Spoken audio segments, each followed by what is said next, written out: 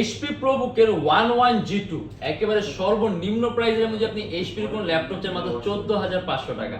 দেখা যাচ্ছে এই ল্যাপটপটা আপনি একটানা 24 ঘন্টা রাফ এন্ড টাফ কাজের জন্য বেস্ট। ধরেন আপনি কোন টেকসই কোন ল্যাপটপ চান, আপনার কোন কল সেন্টার আছে, ট্রেনিং সেন্টার আছে, আপনি খুব কম প্রাইসের মধ্যে এমন কোন ল্যাপটপ যে ল্যাপটপ আপনি 24 ঘন্টা রাফ এন্ড টাফ ইউজ করবেন, খুব টেকসই হবে, অনেক দিন টিকবে, সেক্ষেত্রে এটা একটা বেস্ট অপশন।